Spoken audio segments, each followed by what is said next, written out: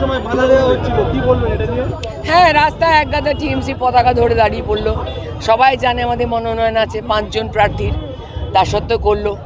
তো কংগ্রেসকে আটকালো না, সিপিএমকেও দেখলাম কি জানি কিছু করলো কিনা, কি নিরাপত্তা আমাদের আটকে দিল। আর দর চারটে পতাকা নিয়ে দাঁড়িয়ে বললে কেউ নিরাপত্তার কিছু করতে পারবে নাকি আমাদের?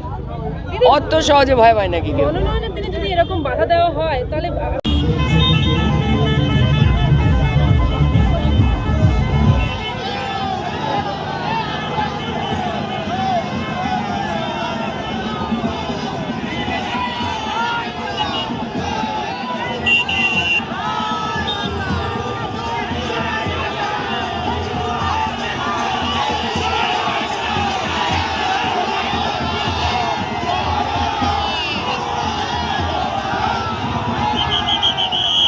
বারুইপুরের মনোনয়ন জমাকে কেন্দ্র করে বিজেপি তৃণমূলের মুখোমুখি মিছিলে উত্তেজনা, স্লোগান পাল্টা স্লোগান।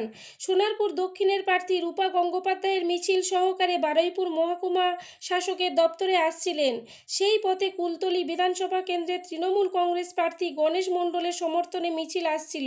বারুইপুর থানার সামনে হয়ে এসডিও অফিসের সামনে মিছিল মুখোমুখি হতেই উত্তেজনা, স্লোগান পাল্টা স্লোগান। শোনা গেল চোর চোর স্লোগান।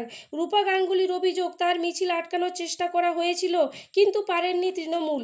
গণেশচন্দ্র মণ্ডল বলেন, দুটো মিছিল মুখোমুখি হয়েছিল।